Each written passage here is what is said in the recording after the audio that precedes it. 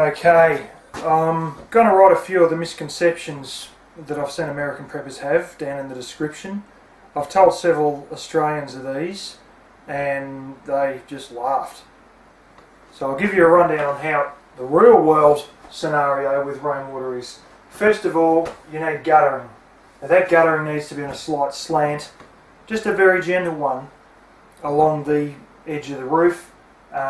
Each different type of guttering has a different sort of bracket. Make sure you get the two together, because there's so many cases where they're just one won't fit the other almost every time. There's different sort of attachments. Your gutter will come sort of like this. Now you get ones that go right the way around. These are the attachment pieces, go right the way around. Some of them sort of go partially around, and then they might have a little bit that folds over into the gutter to hold it in place. And there's others that literally you're supposed to put a screw through the back, and you've got a little lip that's there, and there's this little thing that clips into that lip and just goes back there, and you're supposed to screw into the corrugated iron roof sheet.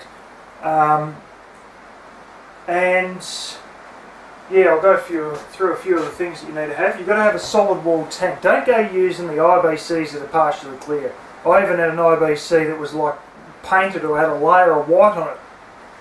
Still went all algae and stuff inside.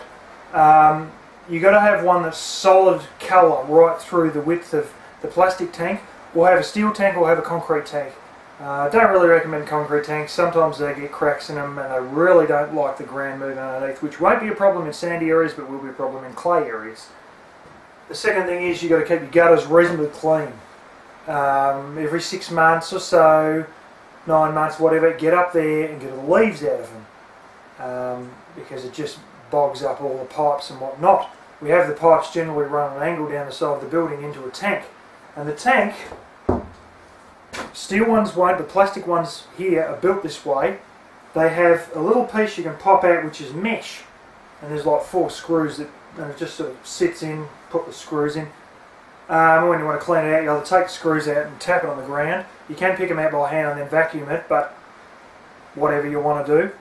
And if you're in a mosquito prone area, I recommend taking that piece out, putting in mosquito mesh underneath it, and then screwing it back, almost clamping it in, you know, directly under, sort of sandwich it between the mesh that comes with it and the sides of the tank, because this mesh is sort of like embedded in a plastic ring sort of thing with the 4 screws in the plastic ring.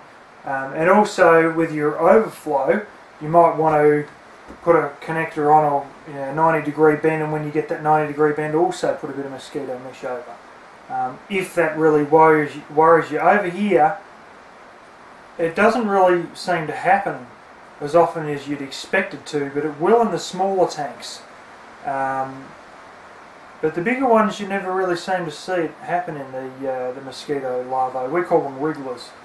The other thing is, have your pump, if you use a sump pump, and I know there's a big tap and some people just put a pump straight to that, but if you've got a submersible pump, or what we call a sump pump, you can sit that down onto a few bricks. And I've actually used like one of those 5, I don't know how big it is, 25 litre containers. We have 20 litre and 15 litre ones. Those plastic square containers, I've cut the side of one of those out, and fortunately, due to the way the design of my pump was, I can actually attach it to it, and so it raises it off the ground a few inches.